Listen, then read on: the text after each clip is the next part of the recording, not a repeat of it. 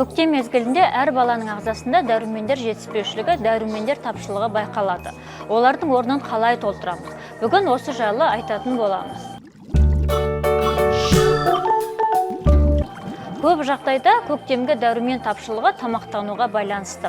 Жемістердің құрамында бұл кезде қажетті микроэлементтер қоры болмайды. Себебі олар ұзақ уақыт немесе дұрыс сақтамаудың салдарынан бұзылып кетеді. Иммундық жүйенің жұмысқа қабілеттілігін сақтап тұратын дәрумендер мен минералдардың қоры бітеді. Оны анықтау өте оңай, себебі белгілері айқын көрінеді. Олар күні бойы шаршау және енжарлық, жылау, ашушаңдық, дене мен бет терісінің бозғыл және құрғақ тартуы, болмайтын жерден суық тиіп ауруы, тершеңдік және тұрысу. Айтқандай, бұл мешелдің алғашқы белгілері. Бұл тізімді жалғастыра беруге болады. Алайда, жоғарыда аталған белгілердің бірнешеуі біраз уақыт қайталанатын болса, тез арада дәрігерге көріну қажет. Дәрумендер тапшылығының профилактикасы ретінде Қазақ тағамтану академиясы дорамарин дәруменді кешенін қабылдауға кеңес береді. Дорамариннің құрамы 100% табиғи, ішінде 40-тан астам микро және макроэлементтер бар.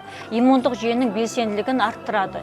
Жедел респираторлық аурулар және тұмау ауруларын төмендетеді. Физикалық күшті, жұмысқа қабілеттілікті жоғарылатады. Есте сақтауды жақсартады. Сонымен қатар су теңгерімін қалыпқа келтіреді және кальций мен магний жетіспеушілігінің орнын толтырады. Әрбір дәрумен бірегей, оның әрқайсысы бала ағзасында маңызды бір қызметті атқарады. Тамақ үлесіңізді дәрумендермен толықтырыңыз. Балаларыңыздың дені сау болсын.